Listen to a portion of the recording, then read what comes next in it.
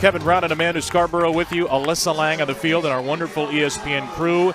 Texas has played in some epic Super Regionals over the last few years. Let's see if we have another one in our hands with Tegan Cavan getting us underway in the circle from Austin. And a first pitch strike tonight at 8:05 local on an absolutely gorgeous day here in the capital city of Texas. Tanya Wendell, the senior, leads off for the Sun Devils and swings and misses at Cavan's strike two. Arizona State, champions of the Big 12 tournament. Texas, champions of the SEC tournament. And it is Tegan Cavan who has owned the postseason like few other pitchers in softball history. Gets a strikeout to start here on 3 pitches. She retires Tanya Wendell. Tegan Cavan, Amanda, has not allowed an earned run in 8 consecutive NCAA tournament games. She's so special in the month of May, and this is a Texas team that has really relied on her. A junior, but she got a lot of innings. She became the ace as a freshman. She was the it girl as a sophomore, winning a national championship, and she has been the it girl for Texas as a junior, an All-American, and there's just something different about her under the lights, in the big games, in the NCAA tournament. Her mindset is there, and she has the stuff behind it with her rise ball and her hard-throwing self. Working on the 6th-year senior Kaylee Pond here for 44-16 Arizona State. Pond fouls away the first 2. Kaylee Pond and Arizona State were not even a postseason lock a couple of weeks before the field, but got hot at the end of the regular season. Then, as the 6th seed, rolled through the Big 12 tournament, and as an unseeded team last weekend, swept the College Station Regional, taking down Texas A&M. Could have been an all-Lone Star State showdown, but the Sun Devils had other ideas as Pond flips an 0-2 foul. You can tell Tegan Cavan very comfortable in this field, getting ahead of Wendell and getting ahead of Pond. It's the Arizona State hot offense coming into Austin. Their last game. Remember last year's national champion. You remember a lot of these names, the 1 through 5 hitters and the 9 hitter all returned. Katie Stewart and Reese Atwood have homered combined more than almost 200 Division I teams. Stewart broke Atwood's record with 27 home runs on the year.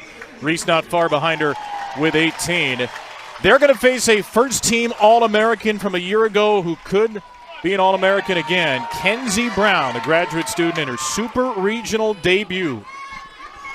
And Brown starts it with a pitch fouled away by Caden Henry.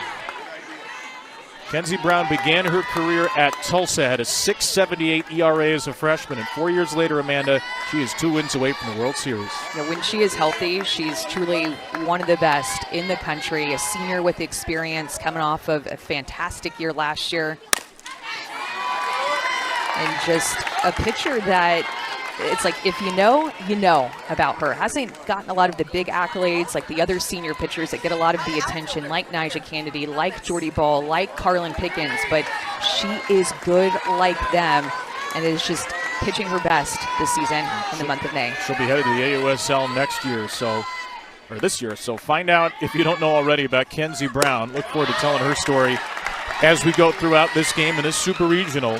1-2 here on Caden Henry. Terrific leadoff hitter for Texas, who was 7 for 12 in the regional, doubled, homered twice, and drove in 6. The junior 300 feet out of the ballpark, and that has been the difference with Katie Stewart this year, Kevin, in her SEC Player of the year that she's been having those inside pitches. She's been able to keep fair instead of pulling them foul for foul home runs. This pitch, she gets jammed and pops out to the first baseman, Katie Chester. So Brown goes inside effectively for the first out. And that's what Kenzie Brown is going to have to do when Katie Stewart comes up, as well as Reese Atwood. When she goes in to right-handed power hitters for Texas, she's going to have to go hard in. The pitch that she uses the most is a rise ball. She'll throw it 70-plus miles an hour, but her drop and her changeup down in the zone are actually her best swing and miss pitches. Viviana Martinez with a ground ball to first. Back-to-back balls hit to Chester. Henry, who was on the run, takes second, so Texas has a runner in scoring position, but Brown has 2 quick outs. And that'll bring up the All-American Reese Atwood, star of Texas postseason runs past. 73 career home runs, the 3rd most among active players. And Atwood, his first pitch swinging as well. Texas has swung at the last 4 pitches from Brown. Well, a big part of that is that Kinsey Brown is a strikeout pitcher. You saw that on her scouting report, one of the best strikeout pitchers in the country. So if you're Texas, you're going to go up and be aggressive early in the count. You don't want to get 2 strikes against her, being that she is a strikeout pitcher. 0-1 for the senior Atwood. Hold. It's a team with the second longest win streak in the nation, 9 in a row, as they storm through the Big 12 tournament and regional round, and they don't look like an unseeded team. Emily Shep takes a strike from Tegan Kavan. How about that? 20 pitches in the game. 19 strikes between Kavan and Brown as Tegan gets strike 2. What have you made, Amanda, of this Arizona State run out of nowhere to within 2 wins of the World Series? You know, they struggled so much with injuries throughout this season, especially to Kinsey Brown in the middle of the season, that I think that down the road, as this ball's popped up to Stewart for another quick out. in May, they were just able to finally feel comfortable defensively, offensively in the lineup, and have Kinsey Brown, who they look to as a leader in the circle, and know that she's healthy. I mean, there's been a lot of injuries for this Arizona State team that they're finally peaking and getting healthy, or probably just managing injuries at this point to the best of their ability and just kind of laying it all on the line to play their best when it matters most. Here's a little pop-up to Stewart again. The big power hitter Chester is retired. Tegan Kavan, laughing in the face of this dangerous lineup, has thrown 15 pitches, and all 15 are strikes. There have been 9 batters in this game, and 1 ball that was thrown to Caden Henry, who basically has a force field around her compared to everybody else. Here's Ashley Mejia, and there is Tegan Kavan's first ball. 16 pitches into the game. Mejia, the sophomore, 3 for 8, doubled and homered in the A&M Regional. And she takes a strike right at the top of the zone. Ashley Mejia had a 2 grand slam game March 28th against North Carolina. Team high 13 homers last year. Power's a little down this year, but still has 10. And Mejia rips away strike 2. Already Tegan Kavan is doing a good job of throwing her rise ball through the zone. She can expand the zone if and when she needs to, but I feel like that lower level rise ball is working for her right now, where it's just at the top of the strike zone or just out. No blatant balls with her command right now.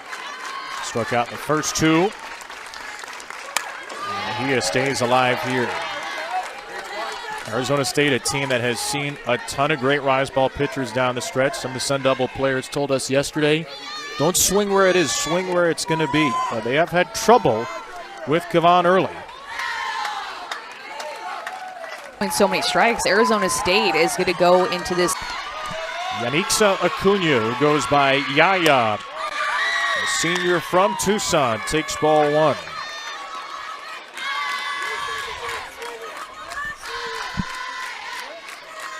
Fourth-year Sun Devil, been a partial starter each of the last 3 years. And that ball off the glove of Reese Atwood. Reese Atwood only 2 pass balls on the year, and assuming that is scored as such, it'll be just a third. He bends but does not break in the postseason. He does not get the outside corner there. A little off the plate, and it's 3-0. Remember, Kavan is now at 44 2/3 innings without an earned run allowed in the NCAA tournament. But she walks Acuna on 4 pitches, and that brings up a very dangerous hitter, even down at the 8th spot here, in Brooklyn Ulrich. Well, this is when Tegan Kavan has stepped up her game. We talked about her being great in the month of May. When you really dive into the numbers compared to February through April, it has been with runners in scoring position. February through April hitters hitting 295 with a lot more extra base hits. But in this month of May, hitters are only hitting 158 off of her, no extra base hits. And look how much her K rate, her strikeout rate, has gone up with runners in scoring position. She has been locked in. Ulrich swings and misses very late on that rise ball, and it's 0-2. That was the first swing Brooklyn Ulrich had taken in a game since a walk-off grand slam gave Arizona State a run rule win over A&M to send them to the Supers. She's down 0-2 here and pops it out of play. Kavan has really been around the strike zone. We saw that 1-2 changeup get hit for a double by Mejia. Really look for her to expand the zone in an 0-2 count and see if Ulrich will chase it. And this is her biggest stage yet, facing Leanne Good, another AUSL draft pick, as Brown misses up and away. It's a pretty amazing journey. As a freshman at Tulsa, she walked 51 in 52 and 2/3 innings in the American Conference. But Megan Bartlett is a Midwesterner as well. Got to see Kenzie Brown, got to know Kenzie Brown, believe that she could be a truly special pitcher, says she's now somebody who can call her own game and carry on. And they have built this wonderful relationship that has evolved, Amanda, over the years at Arizona State.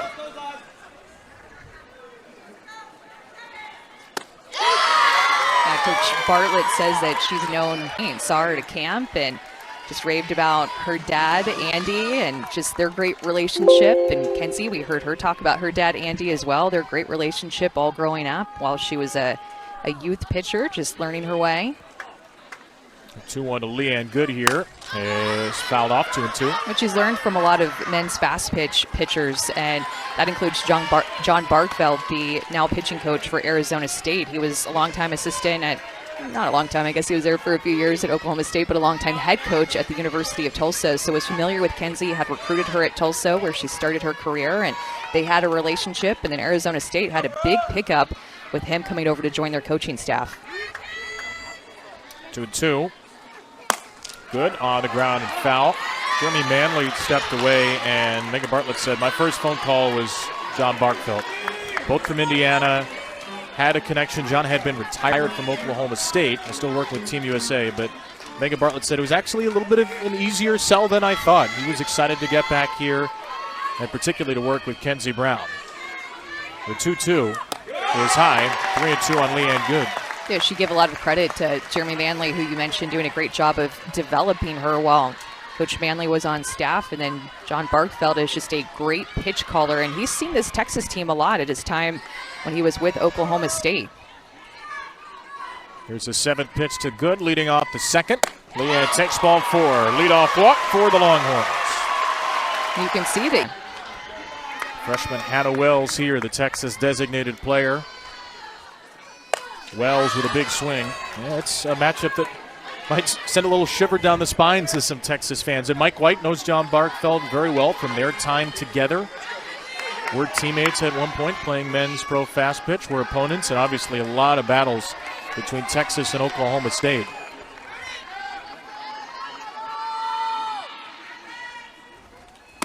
Swing and a miss, good. Changeup to Wells, it's 0-2. That changeup is a force to be reckoned with. We have a lot of great changeups that we've seen in the postseason, and Kenzie Brown definitely has one of the best ones that you're going to see. Over a 50% whiff rate on that changeup, and gets a ton of chase with that pitch too. It is her highest chase rate pitch.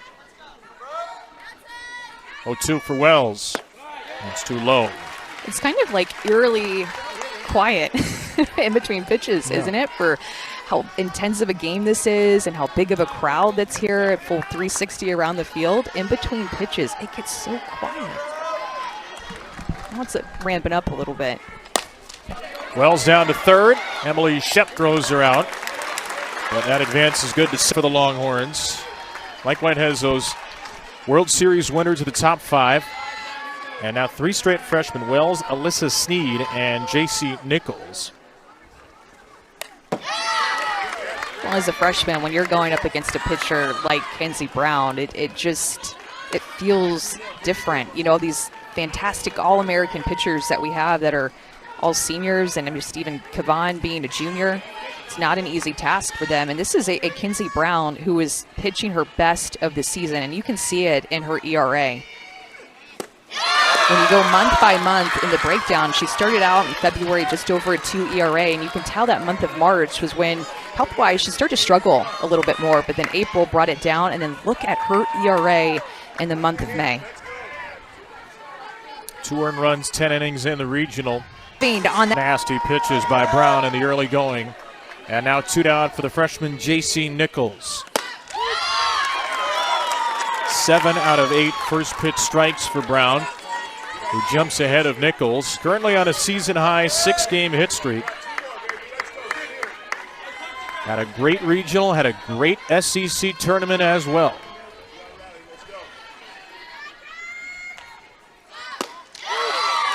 Strike 2, a low one. That was a little off the plate. Robbie Guest with a generous call for Kenzie Brown.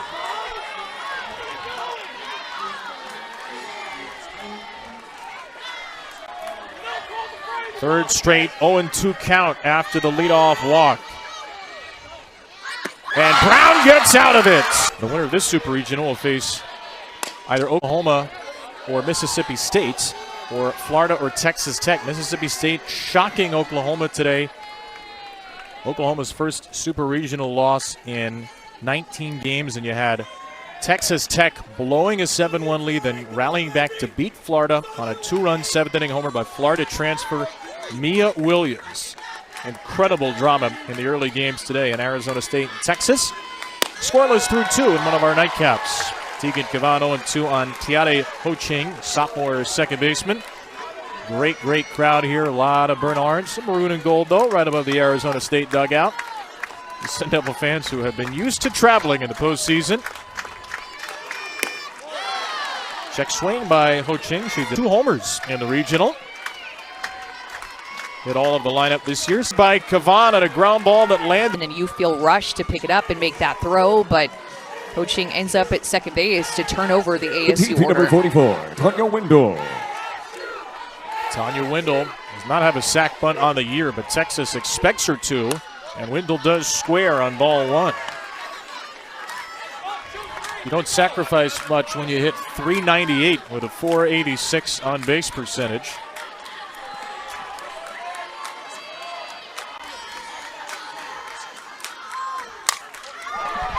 Over to second base, a little soft line drive caught by Good, and there's one away.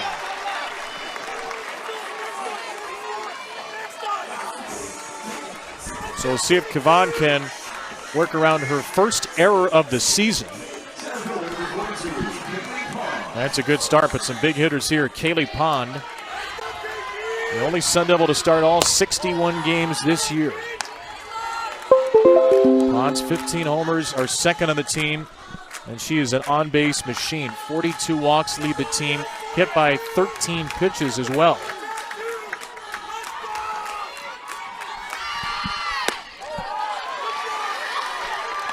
A 6th-year senior, Kaylee Pond, playing in her 227th game, all of them starts, was worked through 3 ACL tears to make it here to the Super Regionals.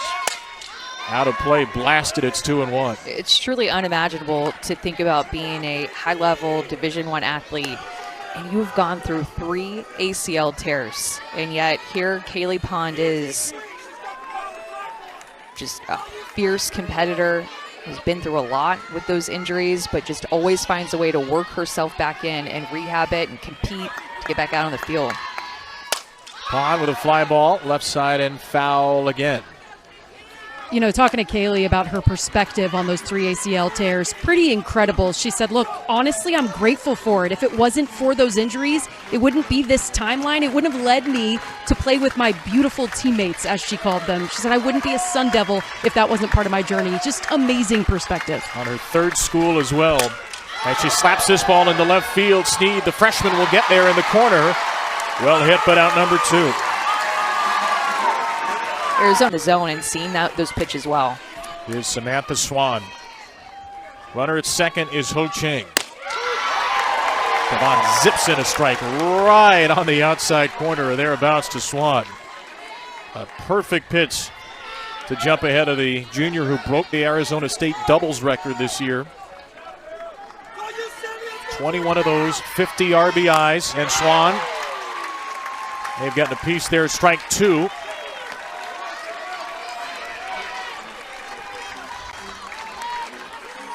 Arizona State already 3 at-bats with a runner in scoring position. A strikeout, a pop-out, and a line-out. In the dirt. Atwood gets it.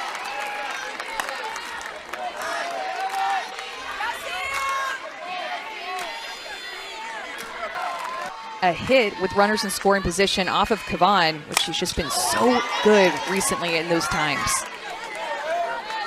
After that hit, Sam Swan is sitting at 455 with runners in scoring position. So a base hit, an error, and then a ground ball single by Swan. And Reese Atwood is out for a visit in the circle.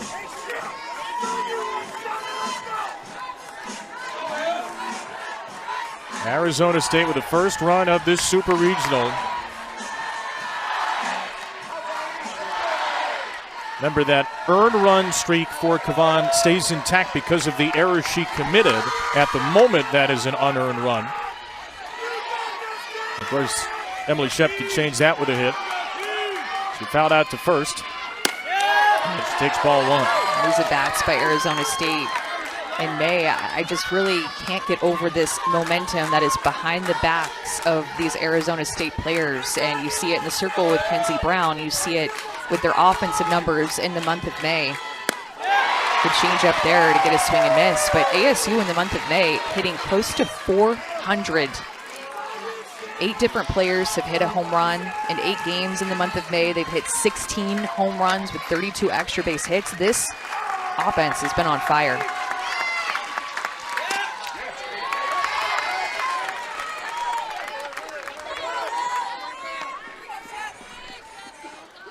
In the regionals, Arizona State 7 home runs in 3 games.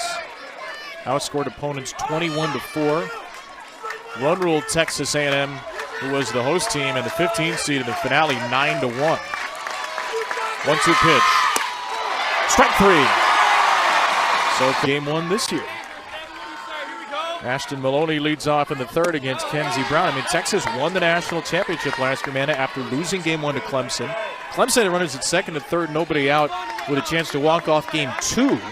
Somehow Tegan Kavan got out of that. Texas won game 3 2 years ago. A&M came in here, won game 1. The Longhorns win the next 2. Here's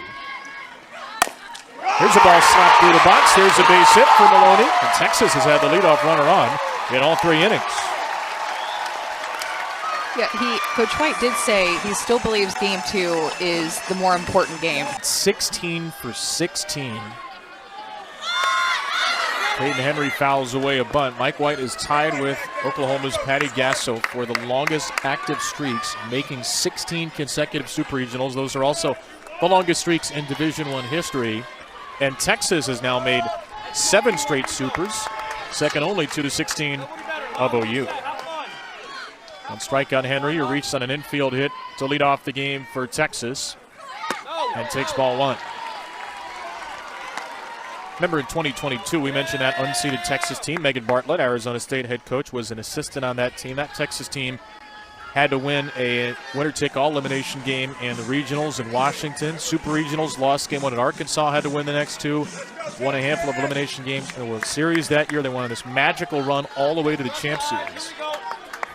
So they are no strangers to postseason deficits. And this team not only knows how to turn it on with their backs against the wall when it comes to losing game 1 and then having to win game 2 and 3, but within a game, it always seems like they save their best for last. Like, they turn it on offensively in the 5th, 6th, and 7th inning when they are down. They show that Texas fight and kind of save their best for last. Kenzie Brown to Henry, 1-2. That's up high. Peyton Henry now on a 9-game hit streak. 7 for 12 in the regional, 8 for 13 now in the postseason with 3 extra base hits, 6 RBIs, 2 steals. What a star she is.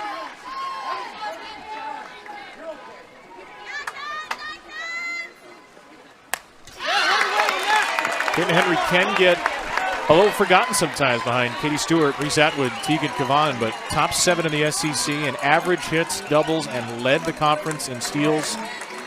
And she has maybe as much of a free spirit as anybody on this Texas team. Mike White said she's always living on the edge.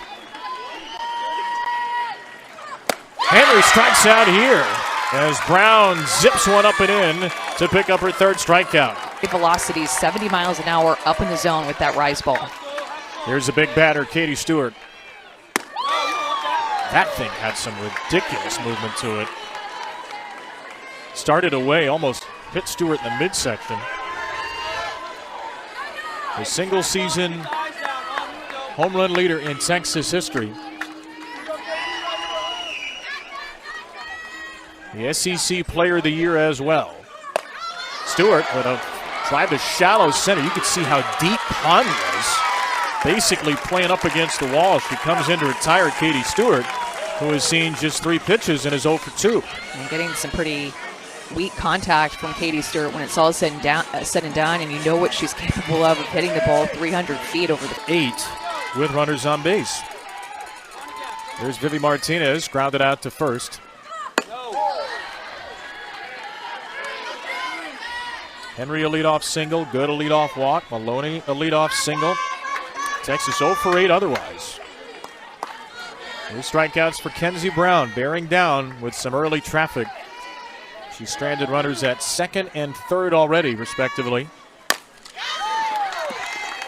It's not easy to settle into this game. I mean, you think about how Arizona State is playing, and then you forget that this is their first Super Regional to play in, right? Like, this is Kenzie Brown's first Super Regional to pitch in. Is Arizona State is a team that progressively has gotten better and better under their head coach, Megan Bartlett, and has grown as a program. They just made it to regionals last. Cornered, 73 homers, 280 RBIs in her college career. And Atwood is fooled badly at an off-speed strike from Brown. It seems like Kenzie Brown throws 2 different types of changeups. One that dives down and has some late break to it, and then a true changeup that stays up through the zone at about 58. That looked more like her true changeup to me as it floated in. 2 on, 2 out. 1-0 Arizona State. Just off the corner in ball 1. So the second base umpire actually is just called an illegal burn. Michaela Warwick on the very next pitch to right field. 1-1 here. And no home run here. Ball 2 inside to Reese Atwood. Reese, the active leader in RBIs in the country by 1 over UCLA's Jordan Woolery. Holds the 2 Texas records, 90 and 89. This year at 58. She fouls off strike 2.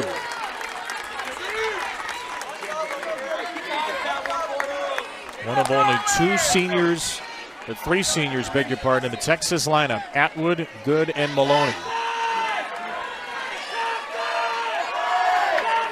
A kid who is not highly recruited, but has bloomed into a superstar here.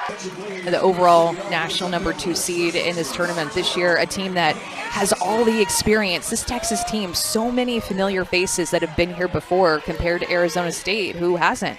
Katie Chester, big power hitter, will hit a soft ground ball to second. So Kavon retires Chester, and she's retired her on 2 pitches for 2 outs. Arizona State is one of 3 unseeded teams to advance to the Super Regional round. UCF playing at UCLA right now, and you can see in the top right corner of your screen the other one, Mississippi State. And if Arizona State wins this game, it would not be nearly as big an upset as Mississippi State taking down more inspiration. Everybody's human in college softball this year, and what's been a wide open season. Bunch of teams have been ranked number 1 in the top 5 all year. And Texas won the SEC tournament. Comes in as the number 2 overall seed, but trails after 3 innings here at the Supers. Ashley Mejia off a double, takes ball 1.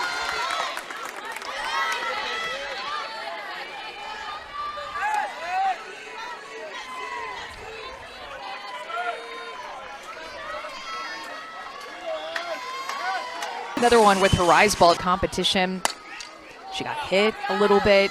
Texas just overall as a team was losing more games, and the confidence of your entire team can start to go down. And she as a pitcher, I think, started to feel that and put more on herself. But one of the changes that she's made recently in the month of May is just the way that she talks to herself. She told us, remembering who she is, playing free, competing, and knowing that win or lose, she just wants to be happy with the way that she competed that day. And she even talked to us about journaling more. Something that she likes to put all of her thoughts down on in words that are written and get them out of her head. And a place where she can really be honest with herself and not tearing herself down, right, and tearing herself apart, but being honest with what's coming out, what's in her head, and getting it down on paper. 2-1 on Acuna.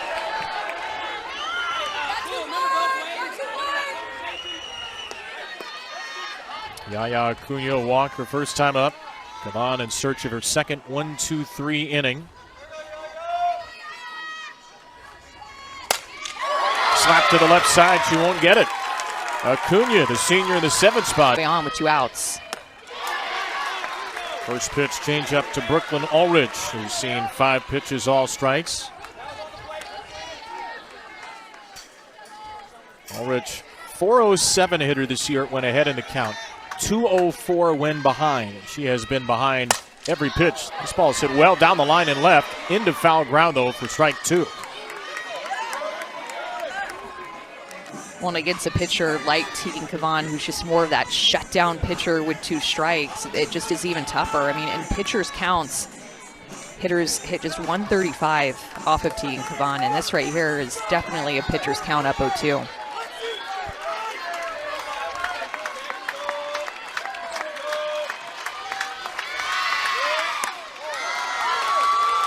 I hear the Arizona State dugout acting maybe a little like they have Tegan Kavan's changeup. They're definitely being loud on changeups out of her hand. So maybe they picked something. Maybe it just is a fluke that I was hearing it on that pitch, but I've heard it a couple of times now. The World Series most outstanding player from a year ago, Tegan Kavan.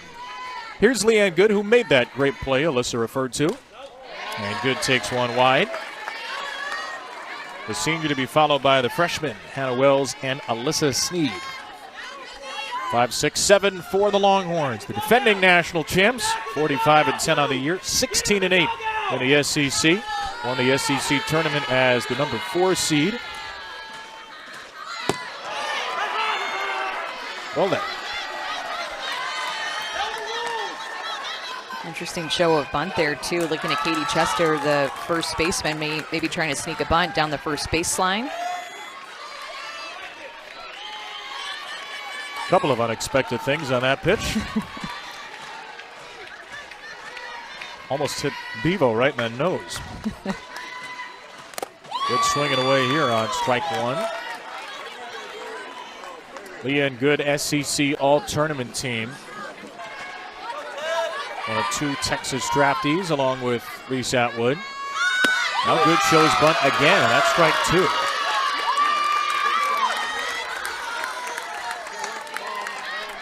Three-and-a-half-year starter out of San Antonio, who has been one of the more underappreciated players in her Texas time. The very back of the box here on 2-2 from Brown. And it takes ball 3.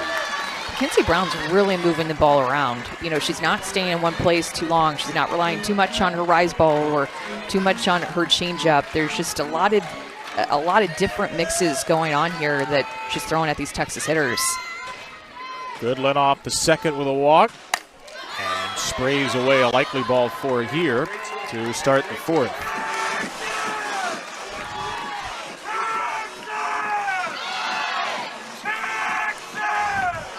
You did say it was quiet earlier in between pitches. Yeah, and if you're wondering where that man is that's getting that cheer going, he's directly below he's right us. there. He's right here.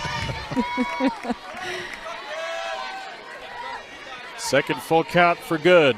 3-2. Here's another 3-2. Strike 3. Absolutely froze her. Off-speed pitch for Kenzie Brown's 4th K, and she finally gets a leadoff. Freeze, Leanne Good. And now a little butt push down, and Chester gets the tag on Alyssa Sneed for out number 2.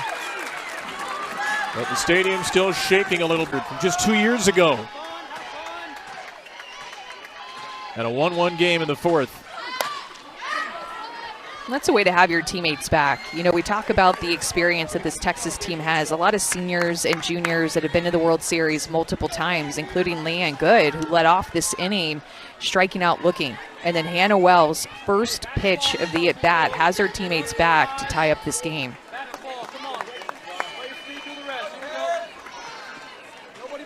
first of these 3 freshmen in a row, 6, 7, 8 in the batting order.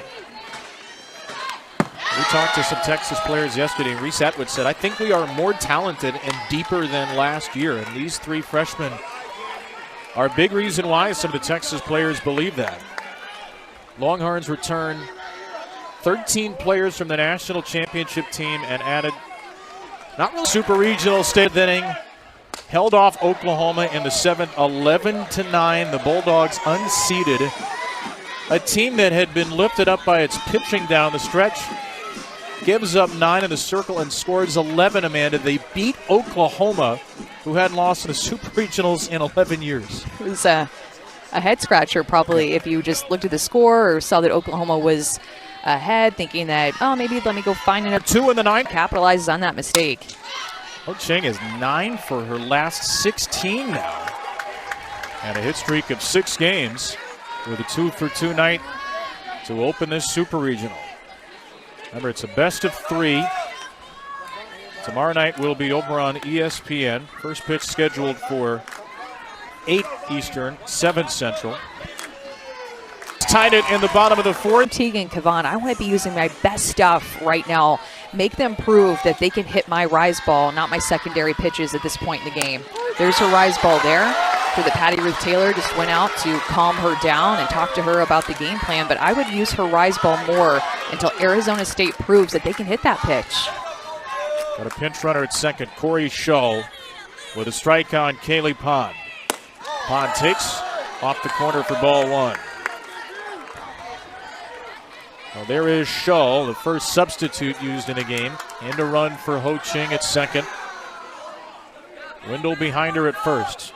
Pond has struck out swinging, lined out sharply to left.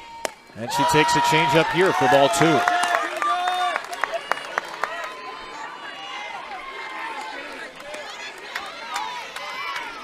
Kaylee Pond had a game-tying single in Game 2 of the Super Regionals against A&M in the 7th inning.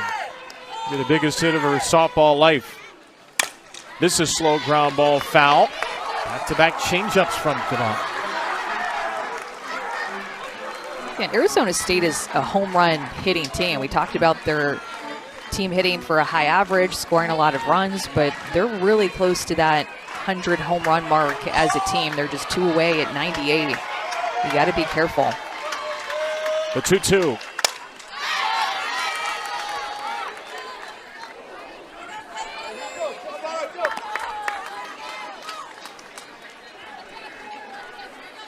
Kaylee Pond at even 400 with runners in scoring position.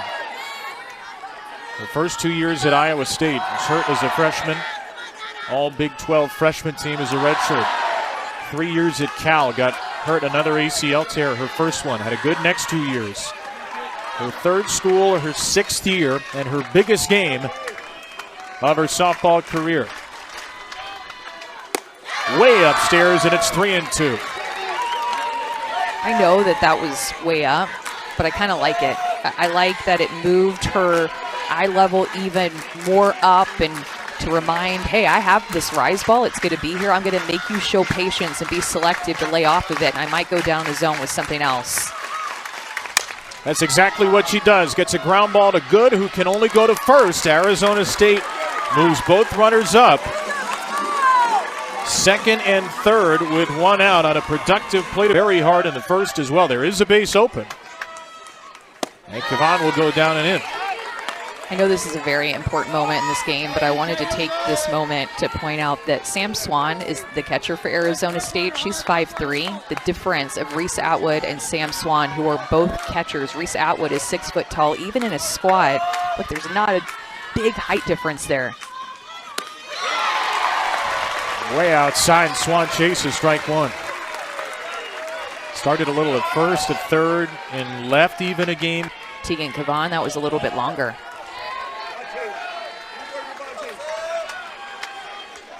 A 1-1 pitch. Foul, it's 1-2. Kavan staying away with these last 2. Sam Swan has been great in these moments. Runners on second and third, runners in scoring position. Started every game but 1 for Arizona State. She gave them the lead in the third.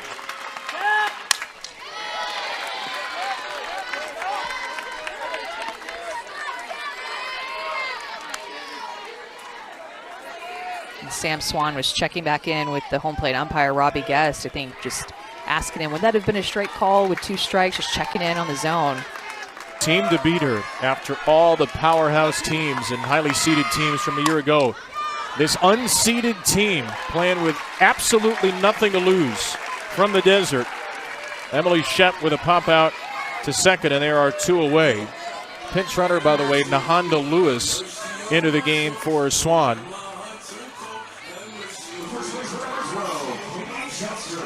Sam Swan, who hit a ridiculous 473 in the Big 12, had a 1401 on base plus slugging, OPS in conference play, with all 3 RBIs tonight.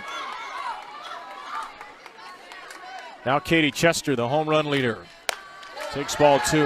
And think about it. Both of her hits have come on a 1-2 count where Tegan Kavan was working from ahead and on a same pitch, basically the same hit, ground ball up the middle of the field. Swan coming through. Chester in the driver's seat, takes ball 3.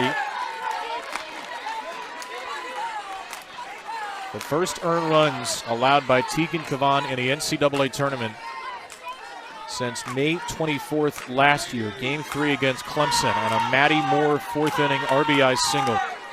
8 runs allowed since had been unearned. 4-pitch walk to Chester. Kavan's second walk of the game to feel those Game 1 blues once more.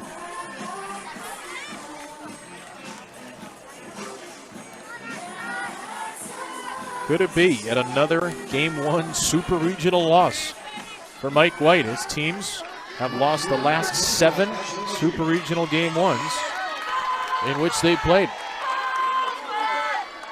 6 of those with Texas. Really like the strike zone that we're getting from Robbie Guest tonight, being able to work the bottom half of the zone, being able to work the corners and work inches on the corners.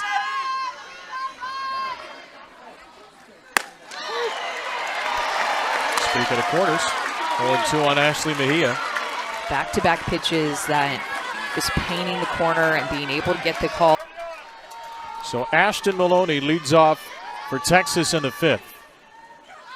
And Maloney takes high for ball 1.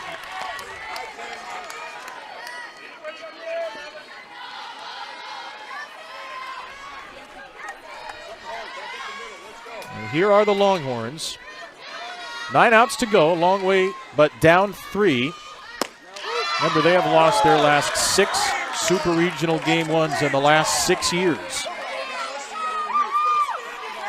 Now they have come back to win 3 of those 6. But here is Mike White's team once again on the back foot in the Supers. Maloney with a base hit off Kenzie Brown. Slaps the ball to first and foul. And I think that Kenzie Brown has just done such a good job of not staying in one place too long against these Texas hitters. Sometimes as a pitcher and a pitch caller, you save pitches for later in the game, but I don't feel like John Barkfeld and Kenzie Brown have done that. I feel like they've thrown everything at Texas from the very beginning, knowing that they've not seen Kenzie Brown before. Just here is everything I have to offer. I'm going to keep mixing up. I'm going to keep mixing down. I'm going to show you my changeup and just do it all in different counts. It's a very low pitch count, too. She's only at 62 here on the first batter of the 5th. 251 strikeouts on the year. 5th in the country coming into tonight. And Maloney with a good take of ball 2. Can't imagine Kenzie Brown is fazed by Texas. She shut out Texas Tech in the Big 12 final. She beat Texas A&M in the winner's bracket in the regionals. So just rolling through the Lone Star State here in the postseason. A little slapper down to short. Ulrich with a low throw. Picked in time by Chester for the first out. Well, I think that's been such an interesting part of Arizona State's run is Ulrich is giving Katie Chester some love, picking that ball out of the dirt. But this win streak that they've been on since the Big 12 tournament, And before, it's all been on the road. Like, they haven't played at home since April 26th, I believe it is. And they have been winning on the road. They're very comfortable on the road. Went through the Big 12 tournament and played very well. Henry, the leadoff hitter, pops up.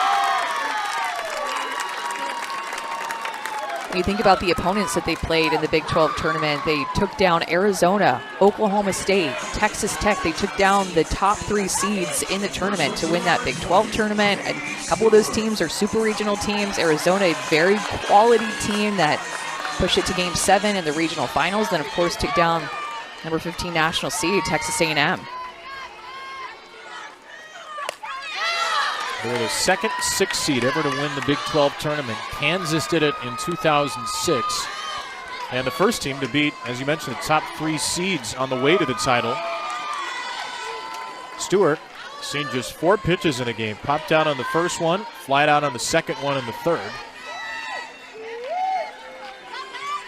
0-1 to Texas's most dangerous hitter. The SEC Player of the Year takes ball 1.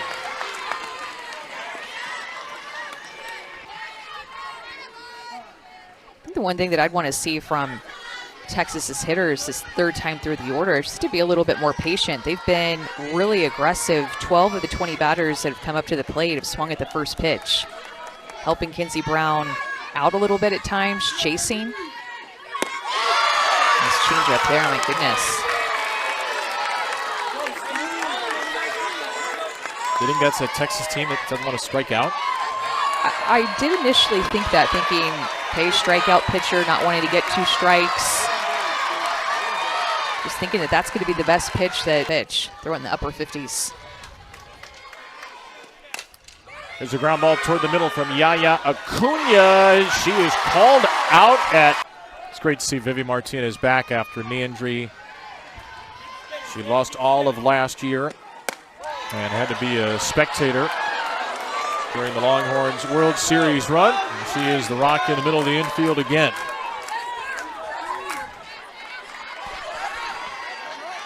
Her counterpart, Brooklyn Ulrich, is 0 for 2. Ground ball, second base, and good. 3 pitches, 2 groundouts for Citlali. You're going to see Citlali Gutierrez roll a lot of ground balls because of that drop ball that she throws, 67, 68, or pop-ups off the end of the bat with her off-speed curveball, causing hitters to get off time. Well, Tiare Ho-Ching has 2 hits and has scored 2 runs.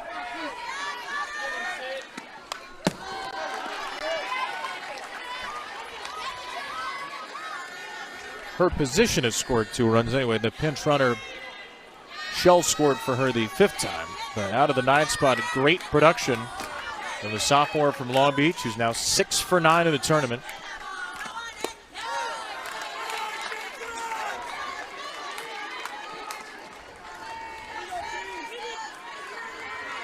One of 3 unseeded teams playing in the Super Regionals. One of them has already won tonight. Mississippi State taking down Oklahoma.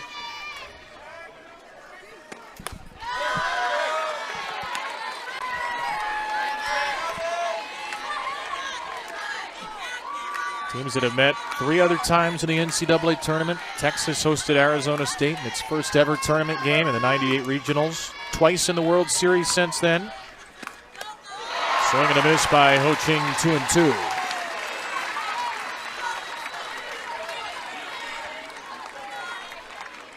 In the World Series in 2006, Horns are on the ropes. The heart of the order will bat against Kinsey Brown, this phenomenal 5th-year pitcher, as Vivi Martinez swings at another first pitch and floats one out to second. That's 21 batters, 13 first pitch swings, and soft contact up and down the board for the Horns.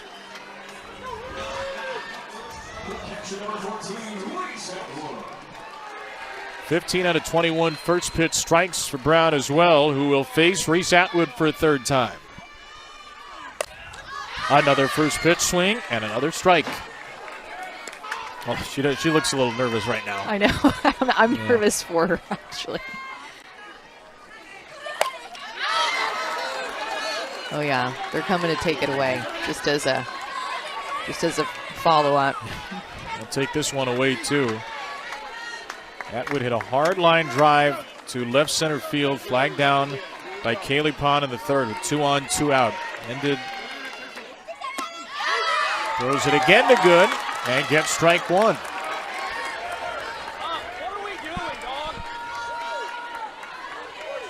First pitch strikes now to 5 straight hitters, the 5 hitters who have faced her the third time through the order. Strike 2. I mean, not only tonight, Arizona State is not in look-ahead mode, but they're going to need more Kenzie Brown to get through this Super Regional. And her pitch count is only at 75. To have an efficient Game 1 win, that would be the dream for Megan Bartlett. Here's her 0-2. You can tell that she's just in a zone. The way, to me, that she's attacking her push out, attacking her release, her stride, everything coming at you right now just says, I'm in a zone. I'm in a groove right now. Her 8th pitch of this inning is outside.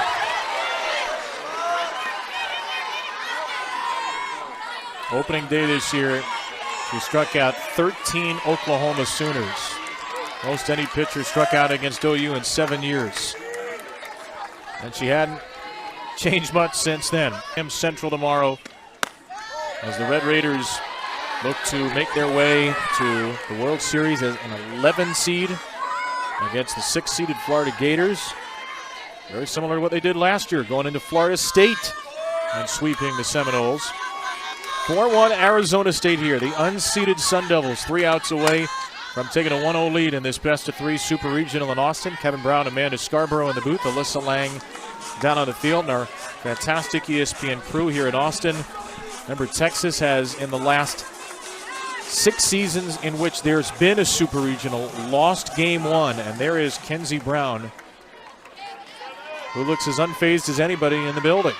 6 innings of 4-hit, 1-run ball. Ground ball back to Citlali Gutierrez. She gets it out on Tanya Wendell. If you're just joining us, you missed an Arizona State 3rd inning run. Sam Swan's RBI single scored at Tiare Ho-Ching. Texas got a first pitch home run from Hannah Wells, their freshman, in the 4th. And then Arizona State in the 5th inning. Ho-Ching with a single, Wendell with a single, Pond a ground out, moved him up. Swan drove in 2. And later in the inning, Ashley Mejia doubled in the 4th run. Tegan Kavan allowed 3 earned runs for total. First earned runs allowed in her last 9 starts in the NCAA tournament. And Kenzie Brown has pitched an absolute gem for ASU. Kaylee Pond is hit. Fired up as she's used to this. RBIs for Swan, both in a 1-2 count. So Tegan Kavan and the pitch calling there against somebody like Sam Swan in that same situation. It was so interesting how they went back to that same spot in a pitcher's count, did not come back inside, but Swan being able to make the most of a tough low and away pitch for 3 RBIs in this game.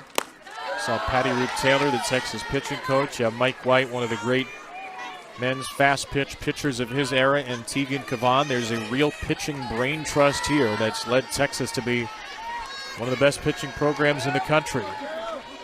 But that sequence worked out in the Sun Devils' favor. And Swan takes strike 2 on the inner third of the plate.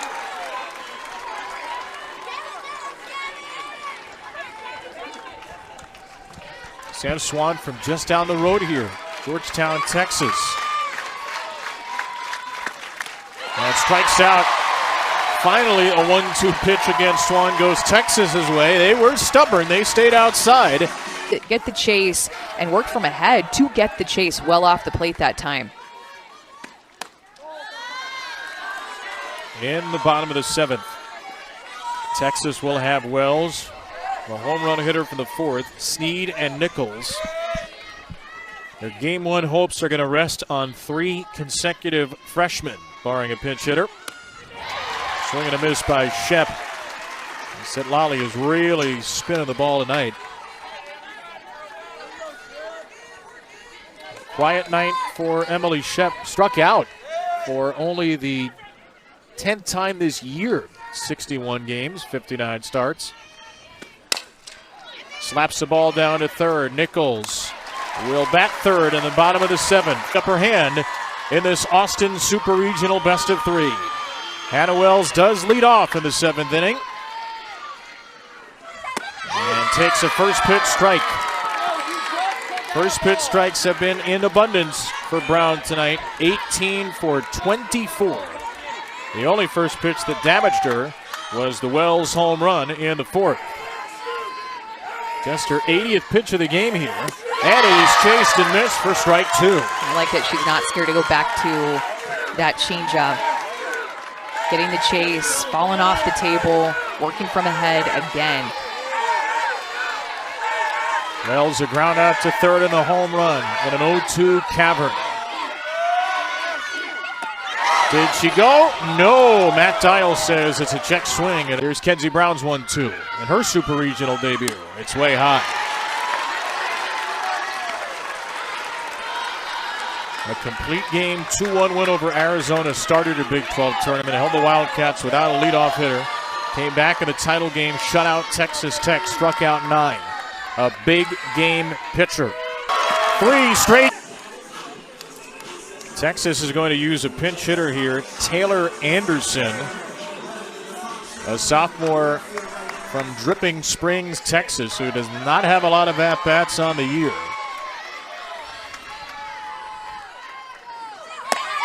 Anderson takes the ball, batting for Sneed, who had struck out and grounded out to first. And the interesting part about putting in a lefty, too, is that lefties off of Kenzie Brown bat about 50 points lower than righties. Well, I imagine at this point, Mike White is in the just throw stuff at the wall mode. Nothing else has worked tonight. 9 in a row retired. Anderson only 4 for 11 on the year with a walk.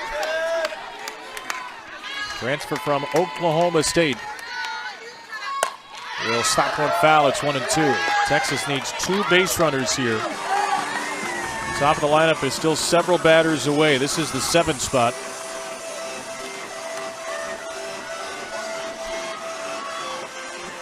Hard to believe they are 0-6. Game 1 of Super Regionals under Mike White.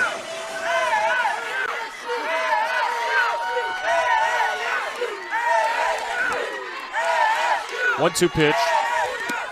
You know, listening to Megan Bartlett before the Big 12 tournament, she had said, "I'm excited to see what Kenzie Brown is going to do in the final month of her career here." And think about that pre-Big 12 tournament statement to where she is now, standing in that circle in Austin, Texas.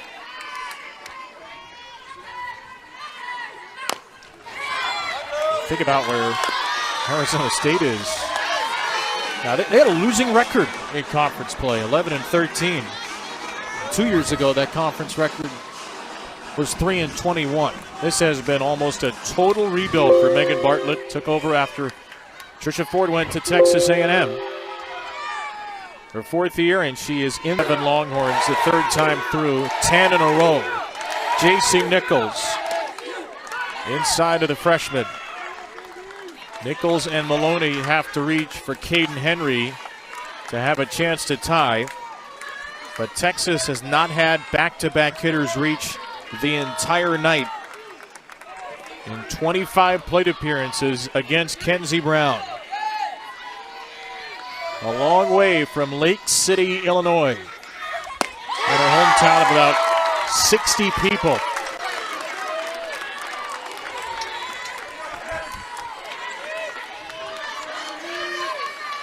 Missed the season 2 years ago with injury. A couple of ankle reconstructions. Pitching through pain at Arizona State ever since. The 1-1 is low. Nichols has struck out swinging twice today.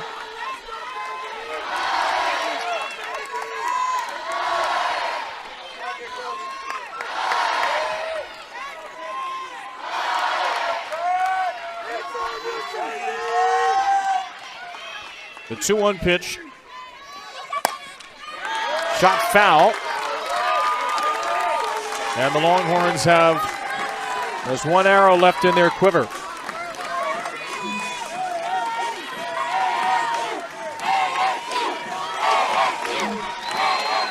The assembled faithful who have been on this road